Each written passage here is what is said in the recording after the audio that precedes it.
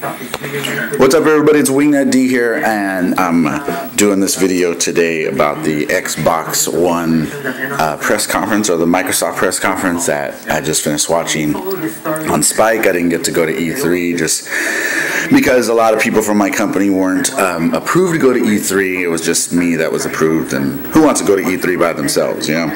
So let's go down the list of what I got here, what I was impressed with and what I wasn't impressed with. The Crimson Dragon game, which is from the developers of Panzer Dragoon, which, if you're a gamer, you kind of remember it as the best game that was on the Sega Saturn back in the days.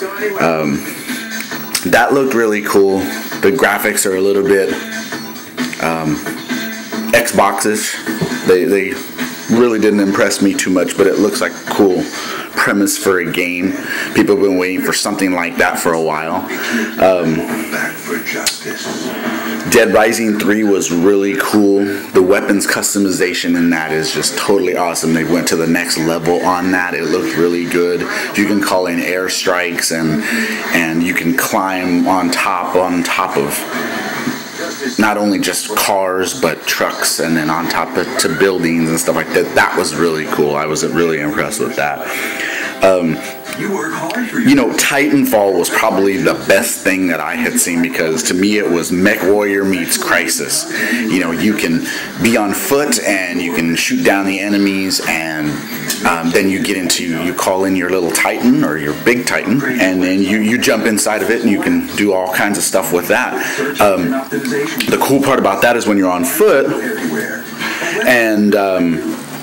and you're shooting, you're moving around, you can boot, like you jump, which makes you boost. You hit a boost, and then you can wall run, and there's so much that looks really cool with that. I'm surprised it's not going to come out this year. I wish it was. It's probably going to come out next year sometime. So that's something to look forward to, especially for somebody like me who's a Sony guy who doesn't really care about a lot of Xbox stuff. So that's a Xbox exclusive. So that may make me want to buy this, but let's talk price tag. $499. I mean, you can buy an iPad for that. You can buy laptops are cheaper than that. Tablets are cheaper than that. You can buy a small PC at Walmart for that. So that's kind of steep, but it's still very, very early to tell how this is going to go. $499 is really up there, but we'll see. They didn't address the used game situation and how that's going to work, which you didn't expect them to. A lot of people expected them to address it. I didn't really expect them to. The other thing people aren't talking about when it comes to like used games and stuff is, what about used systems? If you can't play used games, or if there's going to be a limitation on used games, what about if, let's say I'm in a dire need for some cash and I go sell my Xbox One to GameStop for some cash? Well, how does that work? Does that mean, do they erase the memory and start all over again? Is there a process for that? Does that mean it's bricked and the people that buy it from GameStop can't use it? What's the process for that? Nobody's talking about that. They're just talking about the used games. They're not talking about used systems. That's something that hasn't been addressed at all by anybody. So the other thing, you know, I saw was there was lots of video. There was, you know, like the Halo was a video only, and of course, you know, they're not showing nothing. It's video only, and it's like, okay, you know, I'm impressed. The video looks cool, but I want to see gameplay. I want to see actual people moving, somebody holding a controller and stuff like that.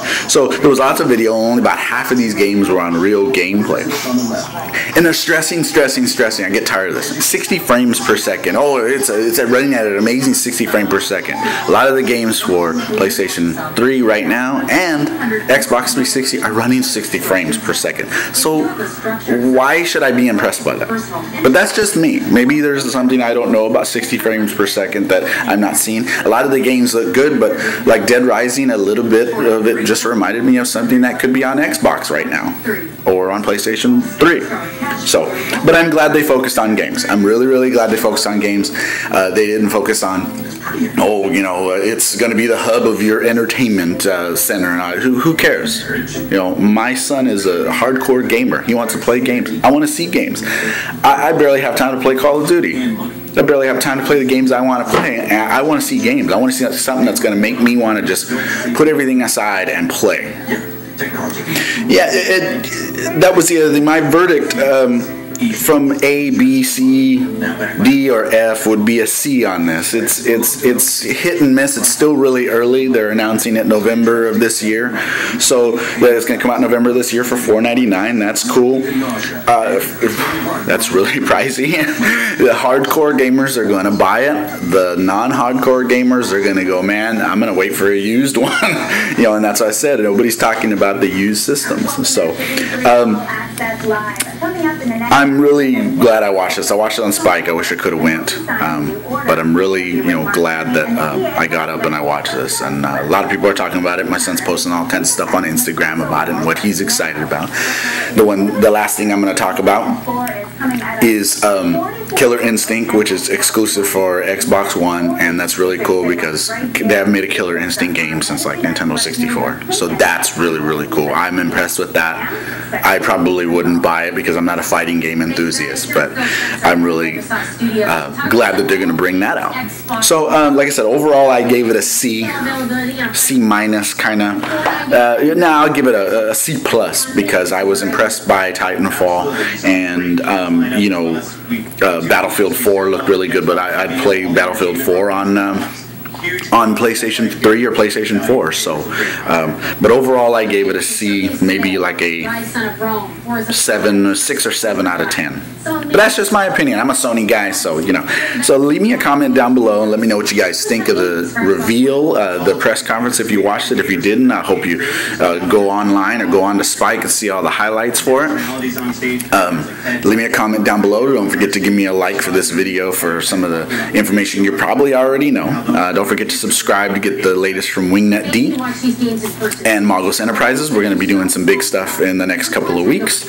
I got the big Mayfair self-storage yard sale this weekend at First and McKinley here in Fresno. So if you're out and about and you want to check that out, come over and see Magos Enterprises, and we'll be out there. Come say hi. So I'd like to thank everybody for watching and supporting my channel, and I'll see you in about 2 hours when the next press event, I think it's the EA press event, is next, and I'll see you then. Microsoft Point, the partnership is great.